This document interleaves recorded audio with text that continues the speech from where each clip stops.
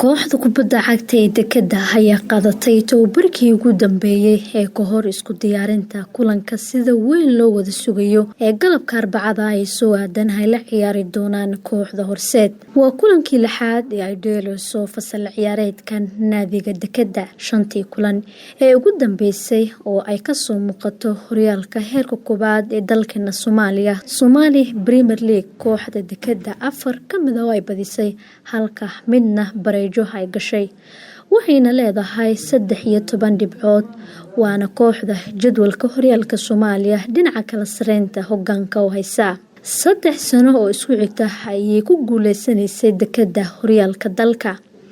Haddaba macallin Cali ayaa ka hadlay dareenkiisa ku aadan kulanka ay wajihi doonaan kooxda Horseed oo loo arko inay ka mid tahay kooxaha ugu firfircoon, uguna kubadda qurxoon, uguna awooda badan ee horyaalka dalka. Marka hore waa mahadsantahay. Marka xiga sida sheegtay Arbacada waxaan la dheeli doonaa naadiga Horseed. Waana kulan ka mid ah kulamada horyaalka saraga koowaad. Waxaan ciyaari doonaa maalinta Arbacada. Diyaar garowgeena waa wanaagsan yahay, waa mid sare. Waxaan jecelnahay insha Allah dadaalkeena inuu Ilaahay guul nagu gaarsiiyo hadduu Ilaahay yiraahdo. Marka hore horta tartan walba kulan walba oo ciyaarayna oo tartanka ka tirsan mid xasaasi ah runtii. Kaliya kan Horseed qiimo kaliya asaga nooma laha. Inkastoo kooxaha safka hore ku jira ay ka mid tahay ku hardamaya horyaalka dalka, haddana kulan walba anaga qiimo noo leeyahay, waayo hadda points ku dhimisid waxay noqonayaan inaad aad lumisid dhibic qaali ah. Marka kulankan wuxuu noo yahay kulamadii aan soo dheelno kulan ka mid ah. Waxaan rajaynaynaa in Ilaahay uu guul naga siiyo insha Allah. Waa sida sheegtay Super Cup-kii waa ismari weyne waxaana ku guuleysanay rigoorooyin. Mar walbaba guusha hadday ku raacdo, hadday ku timaado rigoore, hadday ku timaado waqtiga 90 daqiiqo loogu talagalay inaad guuleysatid, guushu waa guushi kooxda mar walbaba waxay rabtaa inay guuleysato. Waxaan jecelnahay inaan guuleysano xaalad walba ay ku timaado, ama aan ka helno rigooro ama aan ku helno mid caadi gool u dhashay ah. Laakiin muhiimadda waxay tahay inuu kooxda ay hayso resultiga ugu wanaagsan ee ah 3 dhibcood. Diyaar garowgeena horeba wasaan kuugu sheegay mid aad u wanaagsan. Ciyaartooydana waa kulli wanaagsan yihiin, diyaar ayay u yihiin kulankaas inay ciyaaraan hadduu Ilaahay yiraahdo. Ma jiro ciyaartooy dhaawac iyo calaamadba ku maqan. Ciyaartooyda kooxda kulli waa diyaar, waxayna diyaar u yihiin inay dheelaan kulankaas haddii Ilaahay yiraahdo. macallimo ugu dambeyn waa sida sheegtay waxaan ku guuleysanay 3 sano oo xiriir horyaalka dalka.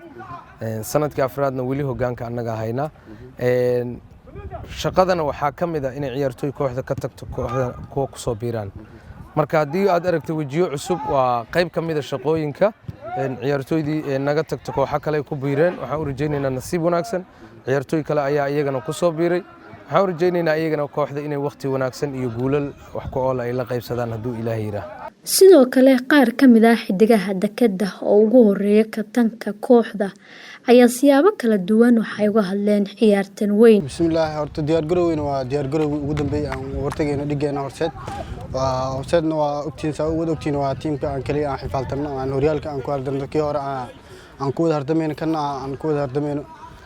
والله جيم كاس جيم وين ويقول دقيقة هدينا قبل يعني هجان كنا وقبضونا هذا أنا قبضنا هجان كأي كسي درس دونا والله يورت جيم كحاجو أمي 19 دقيقة لكن أنا دذلك يعني لنا هاي ودذلنا إن نقول سنة كرانك وتجينا إن شاء الله كل عفمات قبل إنك السؤال إنه نقدر وعي إدريس أمين لكن ولما تبي دون بوسكين ولا بحنا إن شاء الله عيرتو كل دير جروبين جيم كاس تغييرات دقيقة وحنا يعملوا الباجوكتين وريهم والسلامتين midda kale la'aantiina halaan ma soo gaarin. waxaan leeyahay mar walba dhiirigelintiina ayaan meeshan ku soo gaarnay.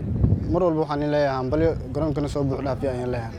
wallahi wax walba tababar u soo kacay waxaan u soo kacaa inaan niyo jirkeyga aan ku dhiso inaan guuleysto kaliya uma soo kacaa inaan Horseed la ciyaaro.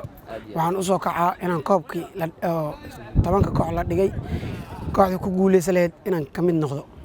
والله مرة والله عن كفر عسنا كويس إن نقول جارسي أنا يقول أن لي أم بقول أن ديو مرة والله هدف كي إن كويس يقول ستة وأنا جعله مرة والله شغل عن سواء والبؤسوك أنا وحواي إن كويس يقول ستة الله مرة والله إله من سنة هاي يارت هذا أنا تو برنا لكن ماشي بعد أن طلع ذلك يا لنا مرة والله أنا جوا ذلنا si kastaba kulankan ayaa dhici doona 29 bishan oo ku beegan Arbacada.